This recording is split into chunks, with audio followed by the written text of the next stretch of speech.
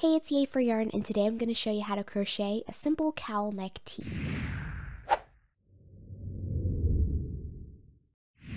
So the first thing you're going to need for this project is the free written pattern, and you will find the link to the free written pattern on my blog in the description box. So just go ahead and scroll down into the description box for the link to the free version of the written pattern, or you can purchase a large print ad-free printable PDF version of the pattern. You can see the description box for the links to those as well. And the free written pattern contains all of the numbers and all the information you need to make this project in all the different sizes. So this pattern follows the Craft Yarn Council's standards for women's sizing.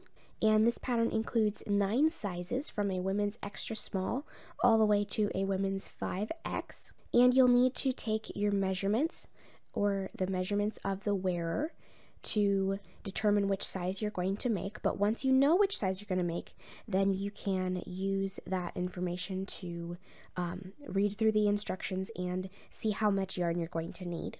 So I'm going to be making the women's extra small, and I am using Lion Brand Jeans Colors. Now this yarn is super soft. It's got very little fuzz to it, but it still has a very soft, plushy kind of feel.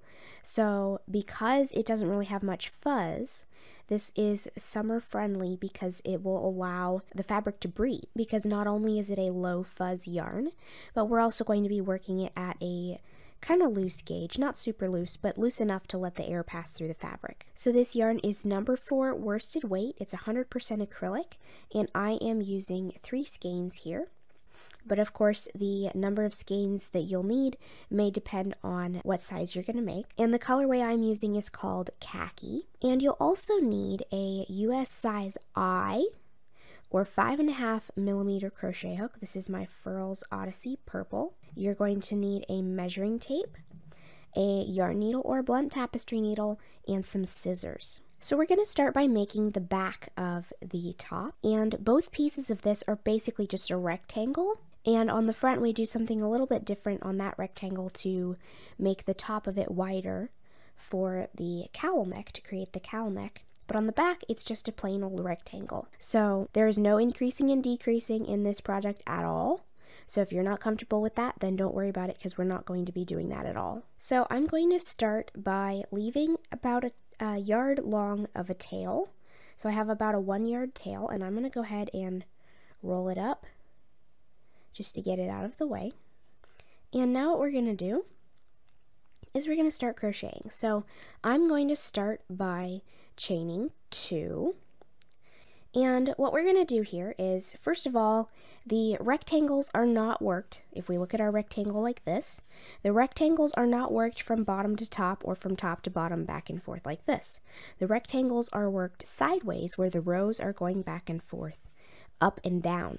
So the piece of crochet will be turned on its side so that the foundation edge is at one side, and then the top edge, or the top of the last row, will be at the other side. And so what I'm going to do is I'm going to use the foundation half double crochet to start my foundation edge. Now the pattern does include instructions as well if you want to use a regular foundation chain, but the reason I'm using the foundation half double crochet is because it's a method of working the foundation chain and the first row of half double crochet at the same time. And what this does, it's not real hard to do, but it creates an edge that is just as stretchy as the rest of the fabric and is pretty easy to work into later or sew into later. And the reason I want it to be just as stretchy as the rest of the fabric is because it's going to be on a vertical line. So instead of having our foundation edge going across the bottom of our piece, it's going to be going across the side seam. And we don't want that edge to not have as much stretch, because if it doesn't, then it can hang funny, where that the side seam won't hang as long as the rest of the fabric. So that's why I'm using the foundation half double crochet instead of a foundation chain, but you can use a foundation chain instead if you prefer. The pattern does include instructions for that. So if you want to learn more about the foundation half double crochet, I have an entire video on using the foundation stitches instead of a foundation chain. And you can go and click the link in the description box to that video if you want to check that out. But I'm going to go ahead and demonstrate the foundation half double crochet here as well.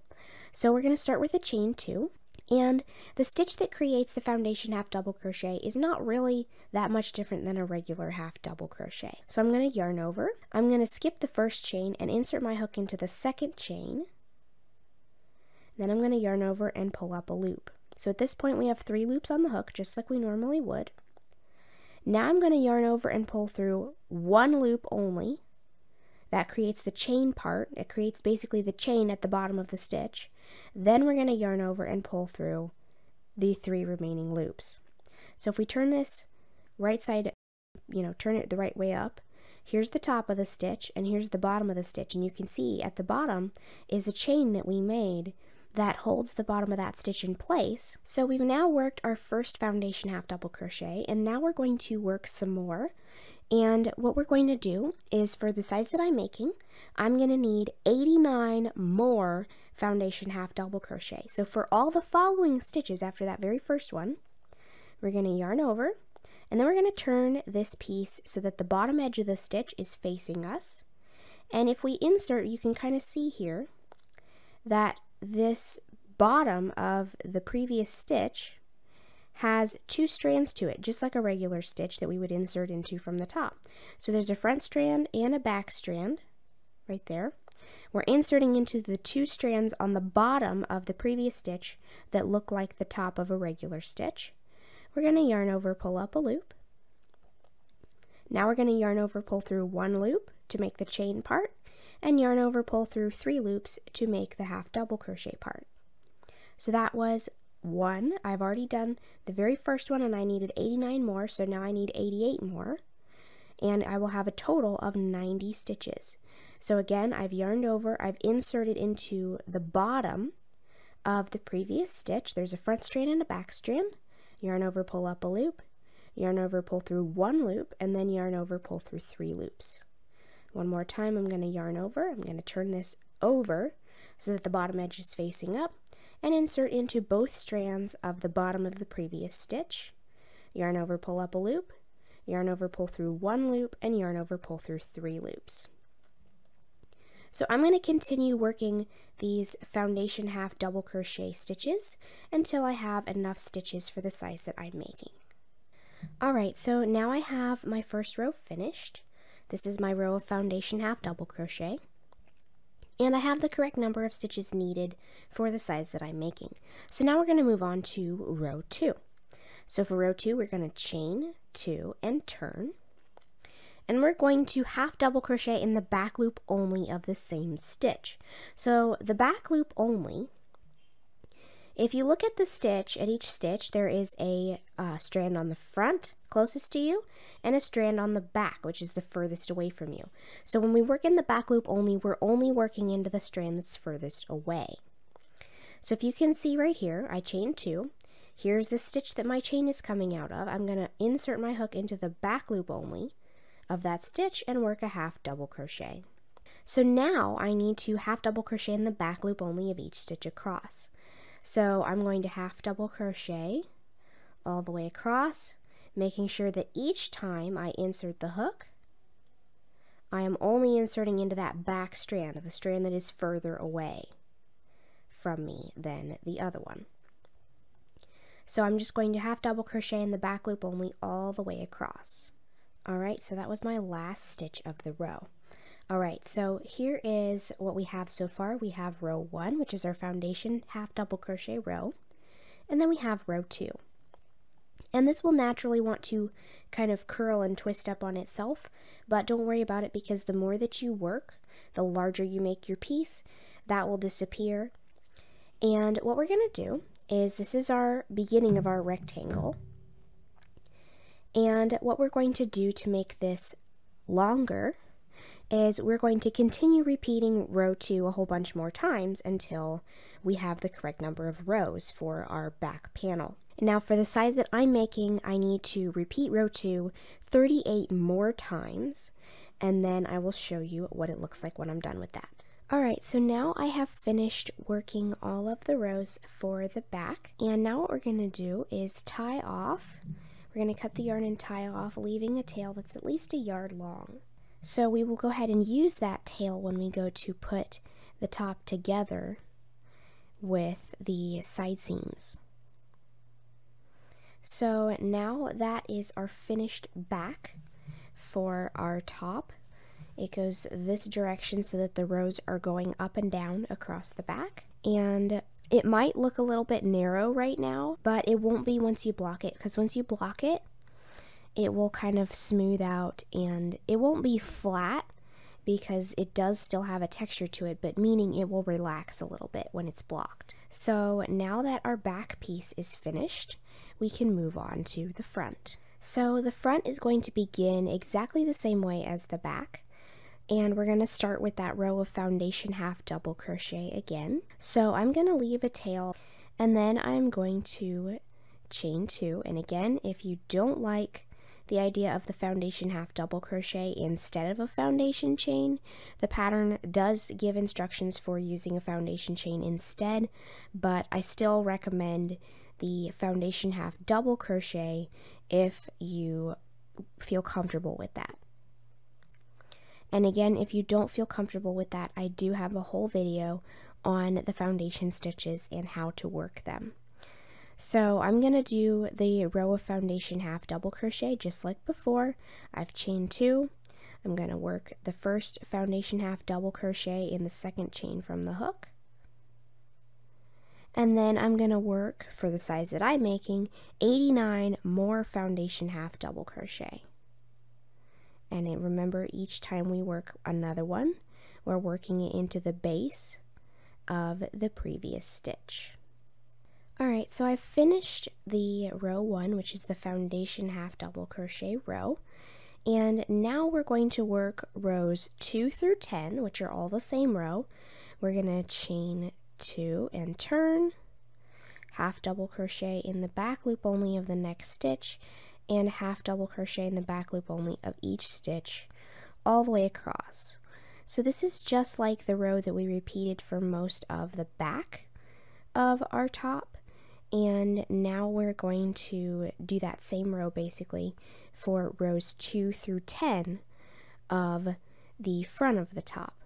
And you'll notice that the front is divided into 4 sections of instructions, and that's because we're kind of dividing it up in the sense that some of the sizes use certain rows and then some of the other sizes use different rows to make that cowl neck shape. It has to do with creating that round shape of our cowl neck. And if you're working with a wider piece for the front, then your round shape is going to be a little different than if you're working with a smaller piece. So we're dividing it up into sections so that it will be easier to follow along through the instructions and know which rows you're supposed to work for the size that you're doing.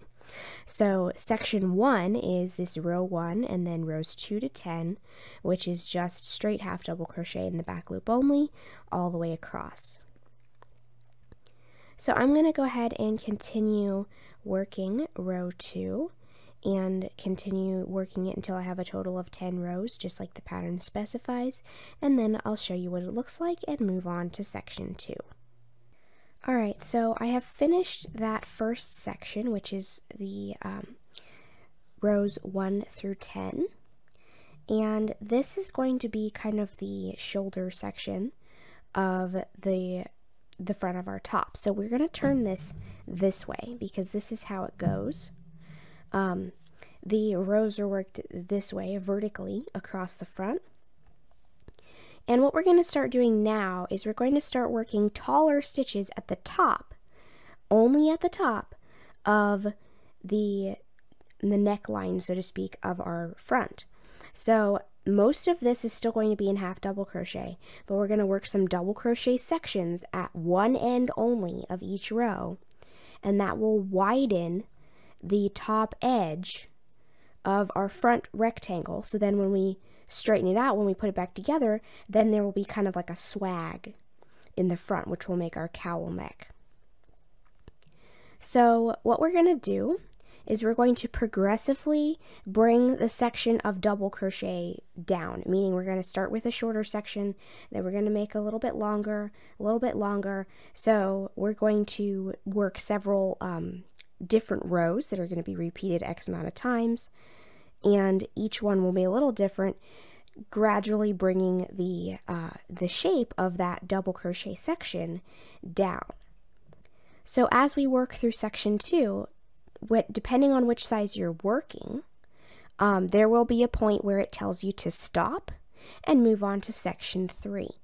So for the size that I'm making, which is the extra small, I'm going to need to stop working section 2 and move on to section 3 before I work through all the rows of section 2, because some of those rows are only for the larger sizes. So we're going to start by working row 11. To do this, we're going to chain 3 and turn. And now we're going to double crochet in the back loop only of the same stitch, and double crochet in the back loop only of the next 15 stitches.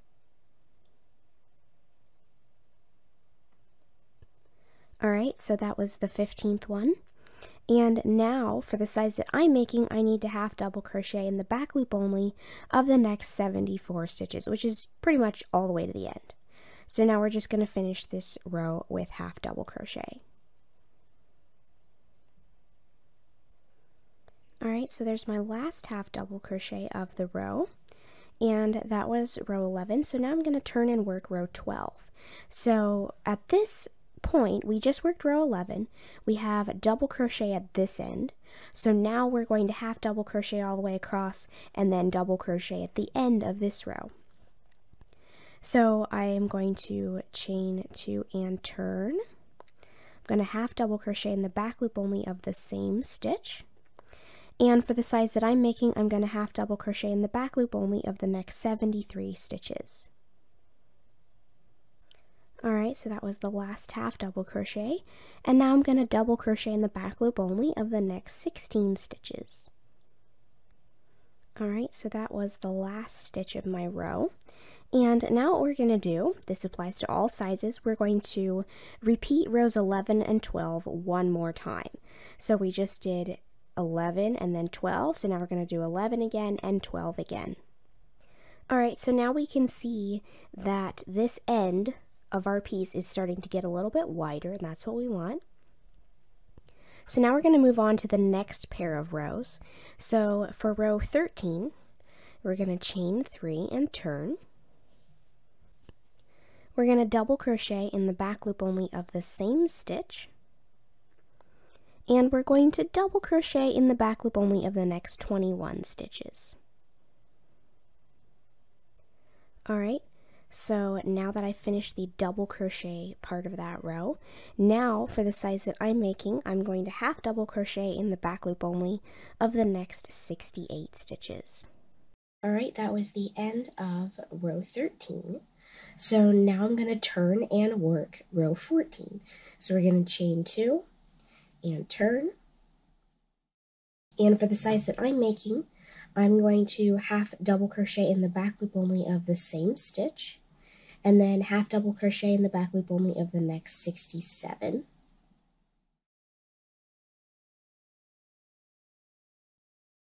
Alright, so that was the last stitch of my row. So now we are going to repeat rows 13 and 14 one more time. So if you look right here, here's where the double crochets stop in this part, which was rows 11 and 12, right here where we repeated that, where we worked 11 and 12, and then we repeated it again. So now we're moving the place where the double crochets stop down here. This is 13 and 14, and we're going to repeat rows 13 and 14 one more time before we move on. Alright, so now I have repeated rows 13 and 14 one more time, and now we're going to work row 15. So for row 15, I'm going to chain 3 and turn, and double crochet in the back loop only of the same stitch. Now I'm going to double crochet in the back loop only of the next 27 stitches. Alright, so that's my last double crochet. And now for the size that I'm making, I'm going to half double crochet in the back loop only of the next 62. Alright, so that's the end of my row 15. Now I'm going to work row 16, which is to chain 2 and turn. And for the size that I'm making, I'm going to half double crochet in the back loop only of the same stitch and half double crochet in the back loop only of the next 61 stitches. Alright, there is my last stitch of row 16, and here's what it looks like at this point. So now, when we started working the double crochets, they stopped here, and the next set of rows they stopped here. Now they're going to stop here.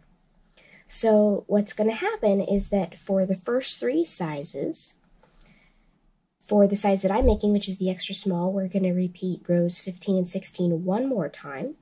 For some of the other sizes, we're going to repeat it more times than just once, and move on to section 3.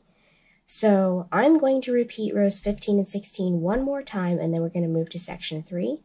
But if you're making a small or a medium, then you would repeat it the correct number of times for your size, then skip to section 3. If you're making any of the other sizes, then you will repeat it one more time and move on to the next set of rows. Because for the larger sizes, this double crochet section is going to get moved further down as you go because the panel needs to be wider. So I'm going to go ahead and work rows 15 and 16 one more time according to the instructions for my size, and then we're going to move to section 3. Alright, so I have finished repeating those rows, and now for the size that I'm making and for the small and medium as well, you're going to skip to section 3. So if you're making another size, then you will continue to work through the instructions until it tells you to skip to section 3 for the size that you're making. And section 3 is basically where you see how we have brought the double crochets further down in each batch of rows that we've worked. Now we need to bring them back up and make it kind of gradually come back up on the other side. So when you begin section 3, you're going to skip down to whatever instructions are for the size that you're making. So for the size that I'm making, I'm going to skip the instructions for most of the other sizes and move down to the part where it refers to the size I'm making, which is the extra small. So for this size, I'm going to repeat rows 13 and 14 2 more times, and then I'm going to repeat rows 11 and 12 2 more times. So I'm going to work row 13, row 14, row 13, row 14, and then I'm going to work row 11, row 12, row 11, and row 12. And then I will show you what it looks like when I am finished with that part, and then we will move on to section 4. Alright, so now that I have finished with section 3, now it's time to do section 4, which is very similar to section 1. So now what I'm going to do is repeat row 2 10 more times for my size. Some of the sizes you will need to repeat it 11 more times, but for this size I only need to repeat it 10 times. So the last row that I worked was a repeat of row 12. And now I'm just going to work row 2 10 times, and that will be basically the last part of the front of my top. Alright, so I have finished with the last section of the front of my top, and I'm going to go ahead and cut, leaving a tail and tie off. So anyway, now I have both of my panels done, and you can kind of see how that this panel is wider at the top. So what we need to do to make this drape correctly is we're going to block it. So you can see how this panel still looks pretty narrow down here because it is worked with this ribbing, with the back loop only half double crochet, so it kind of contracts a little bit. So we're going to smooth it out, block it. I'm going to steam block mine, especially focusing on this top area because you can see we have this rounded section of double crochet, and that is our cowl neck. And when we block this, if we block it all out evenly, then the top edge will be significantly wider than the bottom edge. So then when we bring the shoulder seams to the correct width to sew them to the back, then we'll have this extra drapey fabric in the middle for our cowl neck. So I'm going to go ahead and steam block both of my panels, which will kind of relax the fabric, let it drape better, which is a good thing because when you work in the back loop only, drape is definitely a factor. You can get a lot better drape if you block it well. So I'm going to go ahead and block it very thoroughly, especially focusing on the cowl neck area.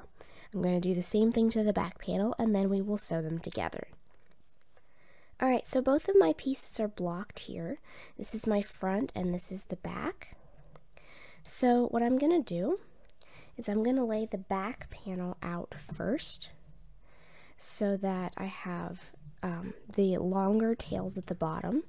Again, your tails may be in a different place, so you may have had to trim your tails according to where they were positioned. But we just want to make sure our longer tails at the bottom and our shorter tails are at the top. So now I'm going to take the top panel and lay it on top of this one so that the stretched out looking part, which is the part we blocked the double crochet flat, so that it lays, and then when it hangs, it drapes in the middle because it has extra width. So we're going to lay the bottom edge at the bottom of the back panel, and then take this top edge and lay it up towards the top. So we're going to kind of line up the bottom edge of our top here. And then we're going to be whip stitching up both sides of our side seams here. And then we're going to stop when we get to a certain point. So the pattern will tell you the point where you're supposed to stop. And what we're going to do is we're going to whip stitch pairs of stitches together. So if I take both edges here of the sides, then I can see that because we used the foundation half double crochet to start with, our top edge of the last row of one piece is going to match as far as it's going to look the same as the foundation edge. Now I have two foundation edges here, but it doesn't matter because they both look like the top of a regular row. So for each stitch, I'm going to insert my needle through one regular stitch on one side and one regular stitch on the other side. So even though they're not, even though they're foundation half double crochet, they still look the same as if it was the top of a row. So that was my first stitch. I'm going to go a second time through that same place to secure the beginning of it. And then for my next stitch, I'm going to pick up one stitch from this side, one stitch from the other side, and pull it through. So the pattern will tell you how many pairs of stitches you're supposed to stitch together. So every stitch with the needle goes through one stitch from each panel, and it will tell you exactly how many times you need to do that for the size that you're making. So that was my third stitch, and I'm going to stop when I get to the point where the pattern tells me to stop for this particular size. Alright, so that's the top of my side seam, and now what I'm going to do is take one more stitch right through where we just were, wrap the yarn around the needle, and pull it through to make a knot. Now that will secure the top of our side seam. Normally you would just go ahead and weave in this tail while it was on your needle. I'm going to weave it in later and move on to the shoulder seam. So here is our side seam down here. Then we have this unstitched section, which is the armhole. And then at the top, we have the top edge of our panels. So I'm going to take this shorter tail that's at the top edge, and we are going to whip stitch this edge to this edge, which is the front top edge to the back top edge. We're going to whip stitch those together for a total of 10 rows. So we're going to whip stitch the ends of the first 10 rows together before we stop. So I'm going to pick up both of these edges. I'm going to take a stitch through both corners first, and then take that same stitch again in the same place. So we're just going to keep taking stitches to join the ends of the rows on both sides, and you just want to kind of make sure that as you do this you're lining up the rows so that they're not offset from each other. This will make it look neater as you stitch, and you also want to try to never pick up just one strand of yarn in your stitch. You want to take like 1.5 or 2 strands, because that does make the seam more secure without having like stretched out loops in your edges. So by the time we finish this, then these two pieces will kind of blend together a little bit. So I'm going to keep stitching until I've stitched together the ends of 10 rows. So 10 pairs of rows, not just like 1, 2, 3, 4, 5, 6, but 1, 2, 3, and continuing until I've joined the ends of 10. Alright, so here's my last stitch. This is joining the end of the 10th row. So I have 1, 2, 3, 4, 5, 6, 7, 8, 9, 10 rows joined together. And now I'm going to take another stitch right through where I just was, wrap the yarn around the needle, and pull that needle through to make a knot. So that secures the end of my seam, and now I will go ahead and weave in both the tail from the shoulder seam and the tail from the side seam. So here's what it looks like at this point. We have our side seam here. This is neatly joined up to the underarm. Here's our armhole. Here's the top of the shoulder. And now I'm going to go ahead and do the exact same thing on this side as I did on this side. I'm going to start at the bottom and stitch up the side seam. And then I'm going to start at this top corner and stitch the shoulder seam on the opposite side of the piece. So as you can see, here's the back, and then here is the front. The front is way wider than the top of the back. So that is what's going to make our cowl, because when we join the corners, in spite of how wide the front is at the top, then we get this extra drape of fabric at the neckline. So I'm going to go ahead and stitch the side seam and the shoulder seam on this side, and then I will weave in my ends and show you what it looks like. Alright, so here's what my top looks like from the back. Up here we have the shoulders and the neck hole, and then here are the armholes on the sides. So here is the bottom hem of our top, and now let's look at the front. So you can see here how that, here's the top of our neckline. We have our shoulder seams here, our armholes on the side, and then we have kind of this drapey, fluid, extra fabric around the neck. And this is what's going to give us that nice cowl neck drape in the front of our neckline.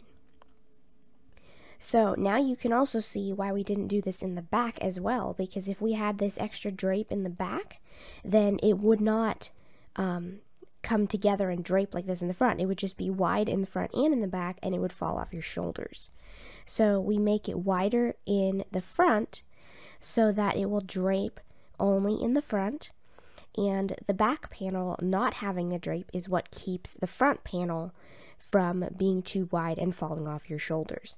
So that back panel helps keep it keep its shape.